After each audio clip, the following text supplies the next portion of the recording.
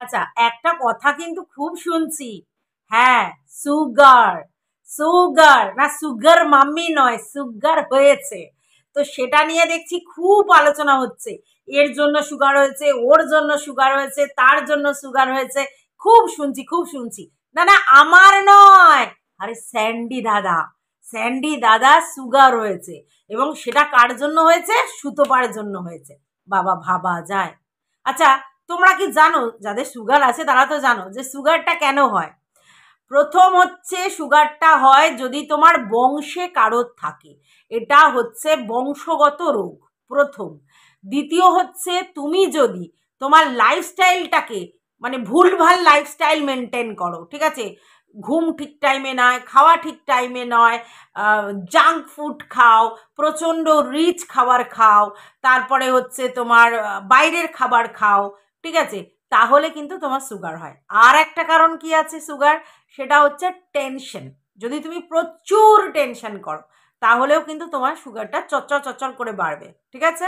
আর একটা হচ্ছে যে তোমার যে রুটিন, মানে খাওয়া দাওয়ার যে রুটিন, মানে সকালে খাওয়া, রাত্রিরে খাওয়া, দুপুরে খাওয়া, এই যে রুটিন, ফুড হ্যাবিটের যে রুটিন, সেটা যদি তুমি ঠিক না করতে পারো তাহলেও কিন্তু সুগার হয়, ঠিক আছে। এবার তোমরা বলতেই পারো তোমার এত জ্ঞান কিসের। আচ্ছা, আমার এই জ্ঞানটার পিছনে কিছু প্র্যাকটিক্যাল কারণ আছে। সেটা হচ্ছে আমার বাবা এবং বাবার বংশের যারা মানে কাকু পিসি সবার সুগার আছে, ঠিক আছে। এবার আমার মায়ের বংশে যারা, তার মধ্যে মায়ের নেই, কিন্তু আমার দাদুর সুগার ছিল। তো কোয়াইট ন্যাচারাল আমাদের সুগার হওয়ার চান্সেস আছে। এবার বয়স অনুযায়ী একটা ব্যাপার আছে, একটা বয়সের পর সুগারটা হলো ঠিক আছে, কিন্তু একটু অতিরিক্ত আগে হলে তখন একটা টেনশন শুরু হয়, ঠিক আছে। এইবার আমারও কিন্তু সুগার আছে, ঠিক আছে। তো আমার প্রথম কথা হচ্ছে, আমার বাবার হাই সুগার ছিল, ইনসুলিন নিতে হতো। আচ্ছা, প্রথম। দ্বিতীয় কথা হচ্ছে, আমার ফুড হ্যাবিট খুব খারাপ, ঠিক আছে, আমি একটু স্পাইসি অয়েলি খাবার খাই। এবং আমার জীবনযাত্রাটাও ঠিকঠাক নয়। যদি বলো কেন, তার কারণ আমার রাতে ঘুম নেই, দিনে ঘুমাচ্ছি, খাওয়া দাওয়া ঠিক নেই, কাজকর্মের জন্য সারাক্ষণ ধরো এদিক ওদিক ছুটছি, খাওয়ার সিস্টেম নেই, বাইরের খাবার খেয়ে নিচ্ছি, এই সবের জন্য হয়েছে। তবে এখন আমি নিজেকে অনেক চেক করেছি।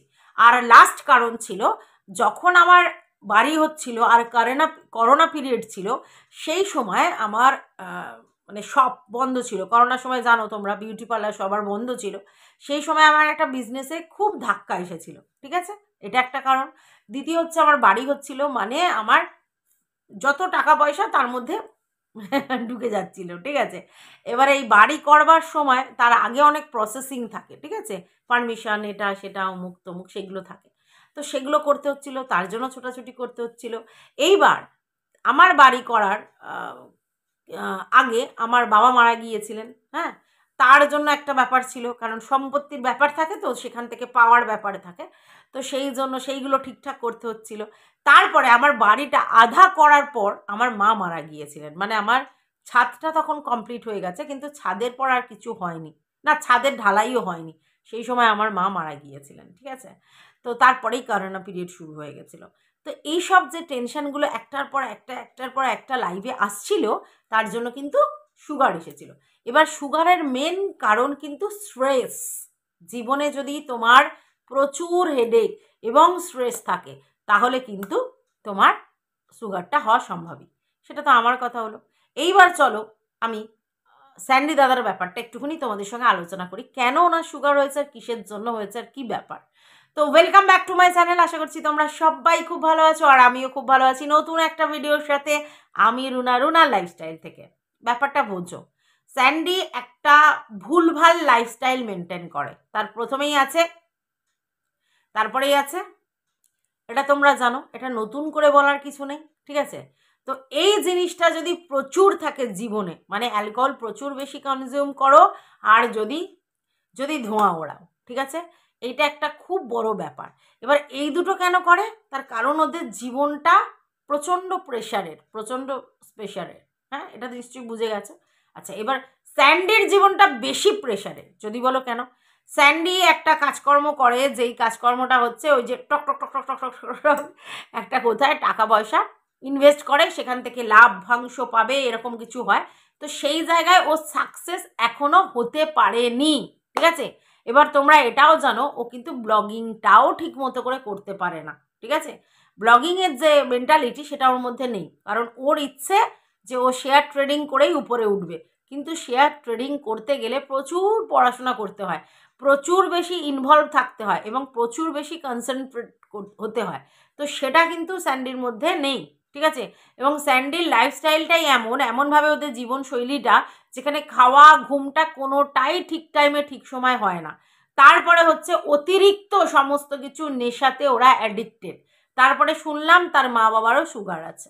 তাহলে প্রথম কারণ হচ্ছে বংশ, দ্বিতীয় কারণ হচ্ছে শরীর মেনটেন করে না। জিম করাটাকে শরীর মেনটেন বলে না, খাওয়ার হ্যাবিটটাকেও কিন্তু, ফুড হ্যাবিটটাও একটা বড় পার্ট লাইফে, সেটাও ওর ঠিকঠাক নেই।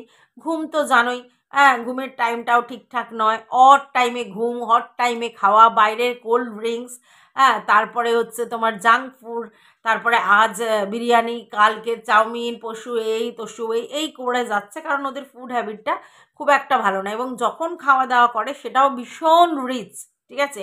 এই আজকের খাসির মাংস হচ্ছে র্যান্ডমলি, এই ডিম কষা হচ্ছে, এই হাঁসের ডিম হচ্ছে, সকালে খাসির মাংস, রাত্রে হাঁসের ডিম, এইসব হচ্ছে। আর তারপরে লাস্ট কারণ যেটা, সেটা এরকম একটা ঝড় ওর জীবন দিয়ে গেল, যেটা ওই ম্যান্ডু সোনার জন্যে তৈরি হয়েছিল। সেই ঝড়টা কিন্তু সামান্য ঝড় নয়, যথেষ্ট একটা বড় ঝড়। এই ঝড়ের পর একটা লোকের সামাজিক জায়গা থেকে একটা অবক্ষয় কিন্তু হয়েছে, হ্যাঁ। তার কারণ কি বলো তো? তোমরা যতই বলো যে এখন তো সব মিল হয়ে গেছে, এখন তো সব ঠিক হয়ে গেছে, এখন তো ওরা আবার হ্যাপি ক্যাপেল, হ্যাঁ, যা কিন্তু আমরা দেখি তার কিন্তু পুরোটা সত্যি নয়, এটা কিন্তু বিশ্বাস করতে হবে আমাদেরকে, তাই না? তাহলে আজকে তোমরা সিনেমায় যা জিনিসটা দেখছো সবটাই কি রিয়েল? তা তো নয়, সবটাই তো সিনেমার জন্যই বানানো হয়েছে, পর্দা দেখানোর জন্যই বানানো হয়েছে। তো ওদের জীবনটাও কিন্তু সিনেমার মতো ড্রামাটিক, হ্যাঁ। ওরা কিন্তু পর্দার জন্যই অনেক কিছু করছে বা করে। তাহলে তোমরা যেটা হ্যাপিলি ম্যারেড কাপেল দেখছো বা যেই শোটা হচ্ছে, সেটা কিন্তু ঠিকঠাক নয়, তাই না? তোমরা কিন্তু বুঝতে পারছো যে রিয়েলি তারা কতটা হ্যাপিলি ম্যারেড কাপেল, তারা কিন্তু নয়। হ্যাঁ, এবার তারা অভিনয়টা করছে কারণ তাদের এটা আর্নিংয়ের জায়গা, এবং এখান থেকে তারা টাকা ইনকাম করে নিজেদের জীবন অতিবাহিত করে।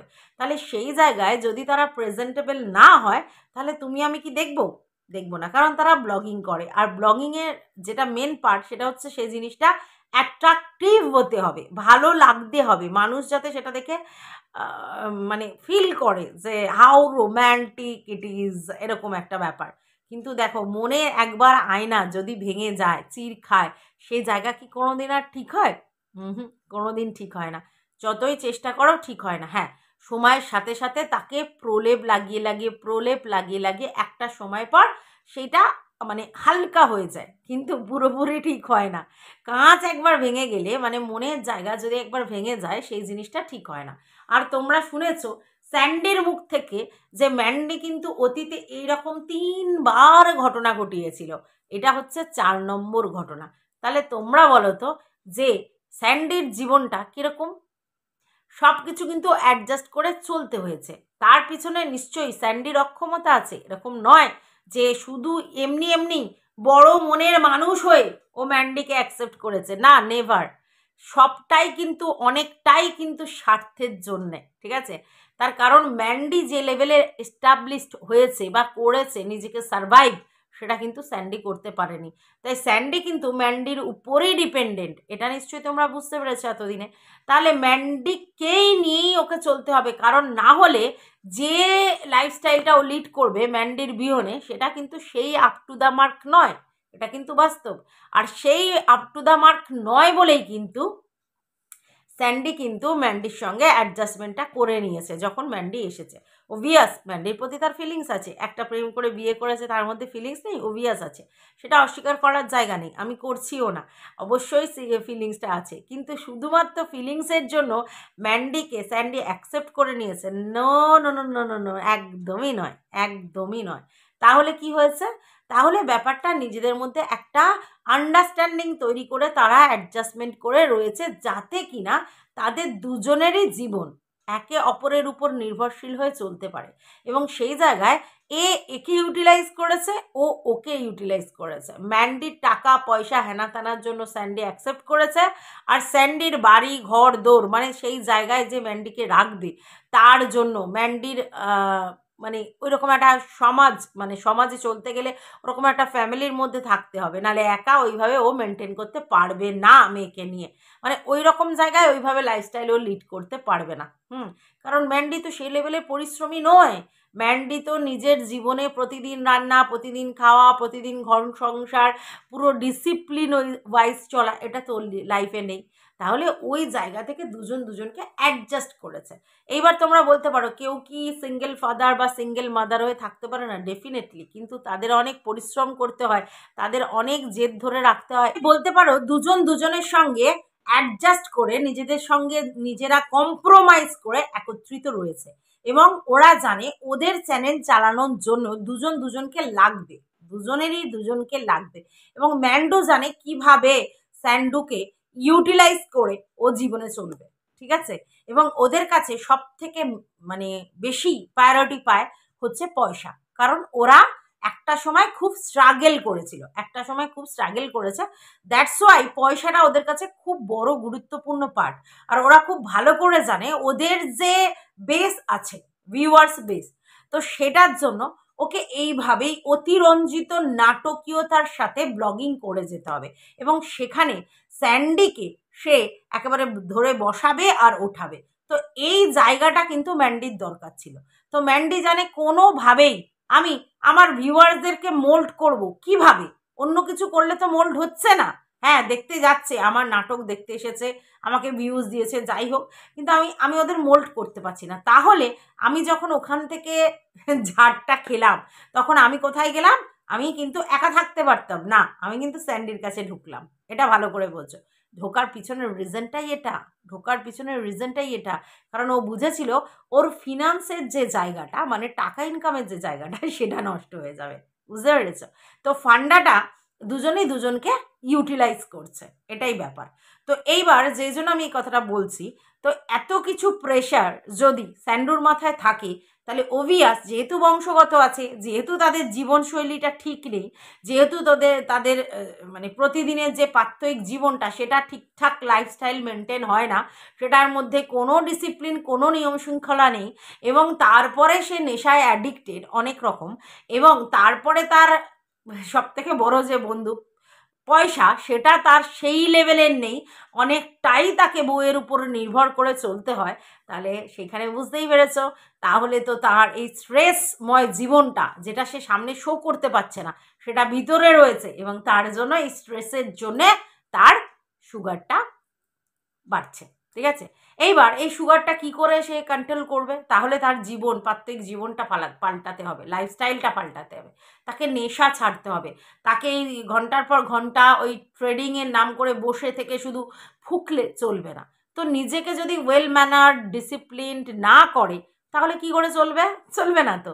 শুধুমাত্র ওই ম্যান্ডুর অঙ্গুলি হিলনে, ওর সাথে রোম্যান্টিক গানে নাচে কুদোকুদি করলে আর ব্লগিং করলে ওর লাইফস্টাইল কি চেঞ্জ হবে? আর তোমরা তো দেখেছো ম্যান্ডির লাইফস্টাইল, মানে ম্যান্ডির যে কালচার, সেটা কিন্তু যারা হাটকে, আর তার জন্যই এই লেভেলের ভিউজ। ম্যান্ডি হচ্ছে এমন একটা ক্যারেক্টার যার মধ্যে ওয়েল ম্যানার্ড, ডিসিপ্লিন কিছুই নেই।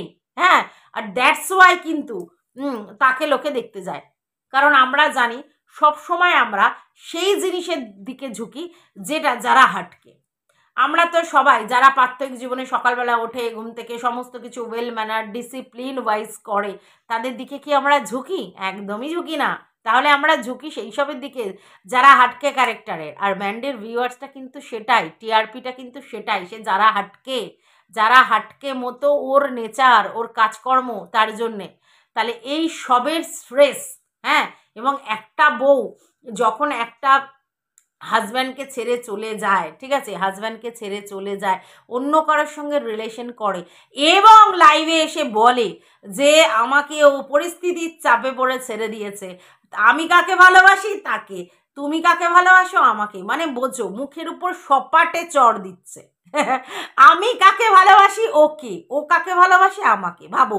তাহলে ও কিন্তু সবার সামনে সর্বজন বিদিতভাবে লাইভে ডাইরেক্টলি স্বীকার করেছিল ওকে স্যান্ডি ভালোবাসে, মানে ম্যান্ডিকে স্যান্ডি ভালোবাসে, ঠিক আছে। কিন্তু ম্যান্ডু কাকে ভালোবাসে সেটাও তোমাদের সামনে জানা, নতুন করে আমার বলার কিছু নেই। তো এত কিছুর পরও একটা ছেলে চুপ করে সহ্য করে প্রেশারটা নিচ্ছে, তাহলে তার প্রেশারটা কিভাবে রিলিফ হবে? তো এইসবই রোগ ফোগ জ্বালা যন্ত্রণা এগুলোই তো হবে। তবে আমি এটা বলতে পারি, সুগারের জন্য একটুখানি কঠিন নিয়ম অনুশাসনের মধ্যে থাকতে হবে, জীবনটাকে ঠিকভাবে চালিয়ে নিয়ে গেলে আশা করছি একটা জিনিসটা ঠিকঠাক হবে।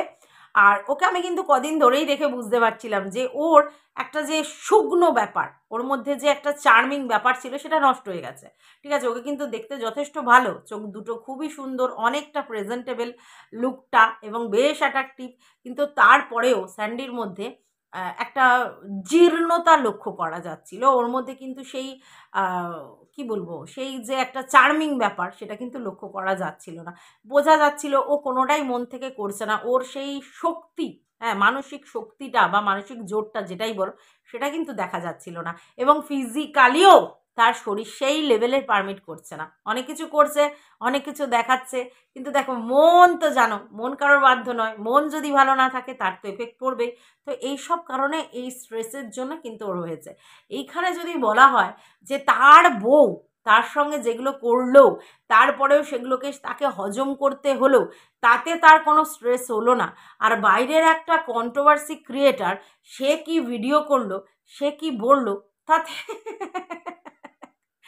তাতে কারোর স্ট্রেস হয়ে যায়, তার জন্য সুগার হয়? মানে যে বলছে সে কি, মানে মূর্খ, না না জেনে শুনে বলছে, না ইচ্ছে করে কাউকে ব্লেম দেওয়ার জন্য বলছে? মানে ভাবতে পারো, একটা মানুষ একটা মানুষ যে তার পারিবারিক জীবনে অশান্তিতে ভুগছে, তার পারিবারিক জীবনে তার স্ট্রেস, তার বউয়ের থেকে তার প্রবলেম, তার নিজের জীবনশৈলীতে তার প্রবলেম, তার চলাফেরায় তার প্রবলেম, পুরো জিনিসটাতে তার প্রবলেম, সেখানে একটা কন্ট্রোভার্সি ক্রিয়েটার কী ভিডিও করেছে, যাই করুক, সেই ভিডিওর জন্য কেউ স্ট্রেস ফিল করতে পারে? মানে হাস্যস্কর লাগে, হাস্যস্কর লাগে আমার মাঝে মধ্যে, ঠিক আছে। এখানে সুতপা বলে না, কোনো কন্ট্রোভার্সি ক্রিয়েটারের জন্যেই মানে স্যান্ডির মানে সুগার হতে পারে না, স্ট্রেস হতে পারে না, ঠিক আছে। হ্যাঁ, তারা সাময়িক কিছু হেডেক দিতে পারে, সাময়িক কিছু হেডেক দিতে পারে, তো সেই সাময়িক হেডেক দেওয়া তো দীর্ঘদিন বন্ধ হয়ে গেছে, তারপরেও সেই স্ট্রেসে এখন সুগার ধরা পড়েছে।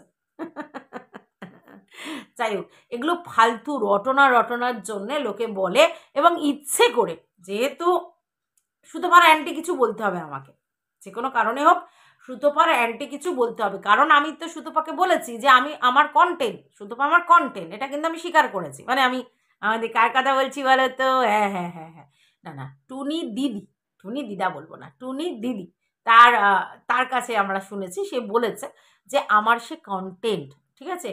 তো কন্টেন্টকে তো আমাকে খোঁচা মারতে হবে, ঠিক আছে। না হলে তো, যদি তুমি তোমার কন্টেন্টকে খোঁচা না মারো তাহলে তো তোমাকে সেইভাবে দেবে না। তো সেই জন্য কন্টেন্টকে খোঁচা মারবার জন্য উনি এই ধরনের একটা লুজ টক করেছেন, যাতে কিনা এটার পর, এটা স্বাভাবিক হাস্যস্কর লাগে, এটার পর যদি তাকে নিয়ে আবার মানে সুতপা দেয়, ঝাড় দেয়, তখন উনি আবার একটা কন্টেন্ট করতে পারবে, ব্যাপারটা এটাই, ঠিক আছে।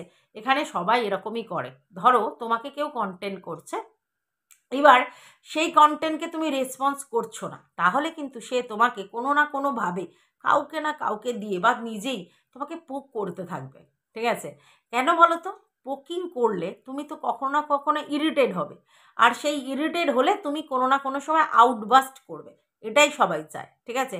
এবার যারা সিম্পলি এই জিনিসটা অ্যাভয়েড করে বেরিয়ে চলে যেতে পারে ইগনোর ক্ষমতা দিয়ে, তাহলে তারা তাদের নিজেদের কাজের দিকে কনসেন্ট্রেট করতে পারে।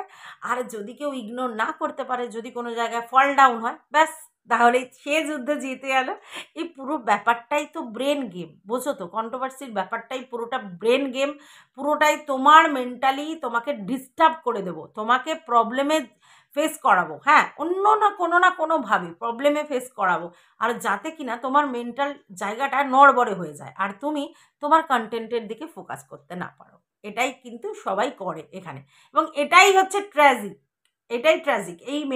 এই মানে মানসিকতা নিয়েই লোক চলে, যাতে কিনা কন্টেন্ট কি করে বের করবে তুমি, তোমাকে কেউ কিছু না বললে তুমি কত তাকে বলতে থাকবে। তারা আমাকে কেউ কিছু বলেছে, আমি একটা উত্তর দিয়েছি, তারপর আবার সে একটা উত্তর দেবে, তারপরে যদি আমি আর উত্তর না দিই সে তো উত্তর দিতে পারবে না। তাহলে কি করতে হবে, সেই সময় রেগুলার বেস তাকে খোঁচা মারতে হবে, যে এই নয় ওই, ওই নয় সেই, ওই নয় ওই করে খোঁচা মারতে হবে। এইবার যাকে খোঁচা মারছে সে যদি ইগনোর করতে পারে তো ইটস ওকে, আর যদি না করতে পারে ট্র্যাপে পা দিয়ে দিল, দেন অ্যান্ড দেন সে আবার একটা ভিডিও করবে। এটাই হচ্ছে এখানে সিস্টেম। যাই হোক, এটা তো তোমরা বুঝে গেছো। এটাই তোমাদের কাছে আমি বোঝানোর চেষ্টা করছি, একটাই জিনিস, যে আলটিমেটলি এটা একদম ভুল কথা যে সুতোপার জন্য স্যান্ডির সুগার হয়েছে। স্যান্ডির সুগার হওয়ার জন্য যে যে কারণগুলো, এগুলোই রিয়েল ফ্যাক্ট, এটা সেটাই তোমাদের সামনে আমি প্রেজেন্ট করলাম, ঠিক আছে? তো যাই হোক, এই ভিডিওটা এই পর্যন্ত। ভালো লাগলে অবশ্যই লাইক কমেন্ট শেয়ার করে পাশে থাকবে। আর এই ভিডিওটাতে কিছু বলার নেই। আর তোমাদের যদি খুব খুব খুব কিছু তোমাদের মনের কথা আমাকে জানানোর ইচ্ছা হয়, তাহলে অবশ্যই কমেন্ট বক্সে জানিয়ে যেও। পাশে থেকো সাবস্ক্রাইব করে। টাটা।